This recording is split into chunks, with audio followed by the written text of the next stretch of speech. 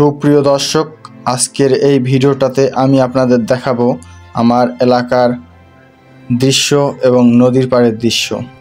বর্তমানে যেই ক্ষেতটা দেখতে পাচ্ছেন এটা একটা তামাক ক্ষেত। এরপরে আমি চলে গেলাম সরাসরি আমাদের নদীর পাড়ে। দেখতে পাচ্ছেন এটা আমাদের নদী। নদীতে এই সময় লাগানো হয়েছে ধান, একপাশে লাগানো হয়েছে তামাক, আবার কেউ কেউ আরও বিভিন্ন কিছু লাগিয়েছে। নদীতে এখন আমাদের বিভিন্ন ধরনের শাকসবজিও চাষ করে মানুষ নদীর যেই ধার আছে তার ধারে। তো দেখতে পাচ্ছেন আমাদের নদীতে বর্তমানে কতটুকু পানি রয়েছে তার একটা নমুনা।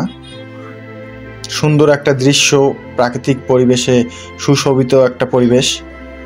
আমি আমার গ্রামের বাড়ি গেলে একবার না একবার নদীর তীর যাই দেখতে। পরিবেশটা আমার সত্যি খুব ভালো লাগে। তো সুপ্রিয় দর্শক, আমাদের যে এই বাঁশের ব্রিজটা দেখতে পাচ্ছেন সেটা কিন্তু অনেক পুরাতন একটা ব্রিজ।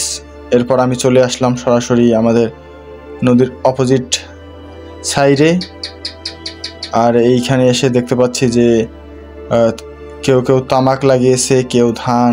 আর নদীর মাঝখানে এখনও বেশ কিছু জায়গায় পানি জমে আছে, যেটা হয়তো বা কিছুদিনের মধ্যে আরও শুকিয়ে যাবে এবং নদীটা একদমই বালুচর অবস্থায় পড়ে থাকবে।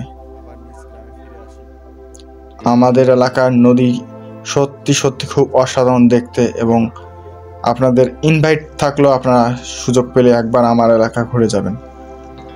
এই হচ্ছে সেই জল যতটুকু জমে আছে সেই জায়গাটায় আমি আসলাম।